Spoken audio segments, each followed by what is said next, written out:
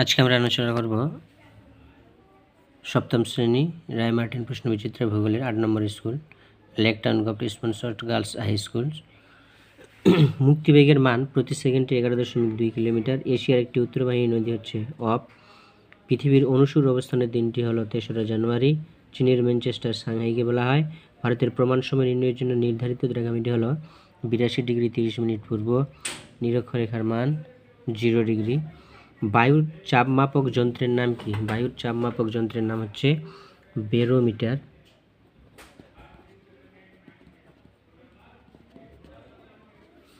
পৃথিবীর তুলনায় সূর্য 1.5 লক্ষ গুণ বড়, 13 লক্ষ গুণ বড়। ডেশ নদীকে পিদ নদী বলা হয়। হোয়াংহো নদীকে অক্ষরেখা পরস্পর সমান্তরাল।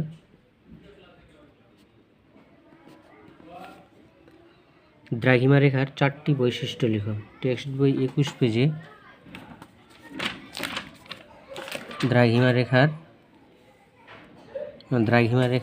4টি বৈশিষ্ট্য লিখো।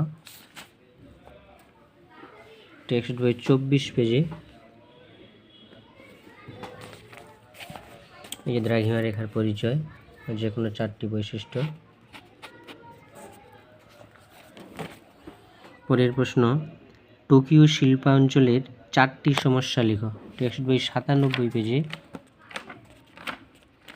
টোকিও শিল্পাঞ্চলের 4টি সমস্যা।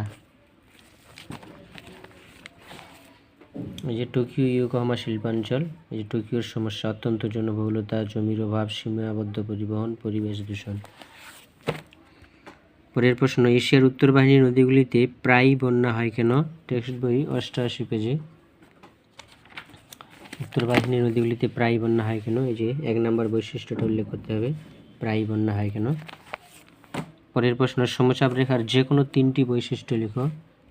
টেক্সট বই 34 পেজে সমচাপ রেখার যে কোনো 3টি বৈশিষ্ট্য, যে সমচাপ রেখা কাকে বলে লেখা রয়েছে, এই যে বৈশিষ্ট্য, যে কোনো 3টি বৈশিষ্ট্য উল্লেখ করতে হবে। পরের প্রশ্ন, এশিয়া মহাদেশের ভূমধ্যসাগরীয় জলবায়ুর বৈশিষ্ট্য লিখো।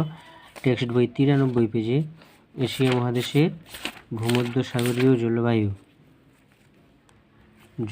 বৈশিষ্ট্য, এই যে ভূমধ্যসাগরীয় জলবায়ু অঞ্চল, বৈশিষ্ট্যগুলো উল্লেখ করতে হবে। গ্রীষ্মকালে উষ্ণতা থাকে 21 থেকে 27 ডিগ্রি সেলসিয়াস, শীতকালে 5 থেকে 10 ডিগ্রি সেলসিয়াস। পশ্চিমা বায়ুর প্রভাবে এখানে শীতকালে বৃষ্টিপাত হয়, বৃষ্টিপাতের পরিমাণ 30 থেকে 50 সেন্টিমিটার। পরের প্রশ্ন, কি কি কারণে বায়ুচাপের তারতম্য দেখা যায়? রায়মার্টিন 71 পেজে কি কি কারণে বা বায়ুচাপের তারতম্যের কারণগুলি আলোচনা করো। 71 পেজে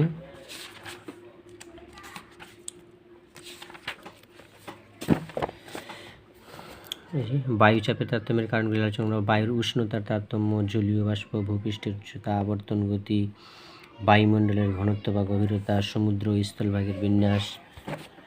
পরের প্রশ্ন, চিত্রসহ অপসুর অবস্থান এবং অনুসুর অবস্থান সম্বন্ধে লেখো। টেক্সট বই 5 নম্বর পেজে চিত্রসহ, এই যে অপসুর ও অনুসুর চিত্রসহ আলোচনা করো। ইয়াংশি অববাহিকায় অর্থনৈতিক সমৃদ্ধির কারণগুলি লিখো। টেক্সট বই 95 পেজে ইয়াংশি অববাহিকায় অর্থনৈতিক সমৃদ্ধির কারণগুলি লিখো। ইয়াংশি অববাহিকায় অর্থনৈতিক সমৃদ্ধির কারণ এগুলি উল্লেখ করতে হবে।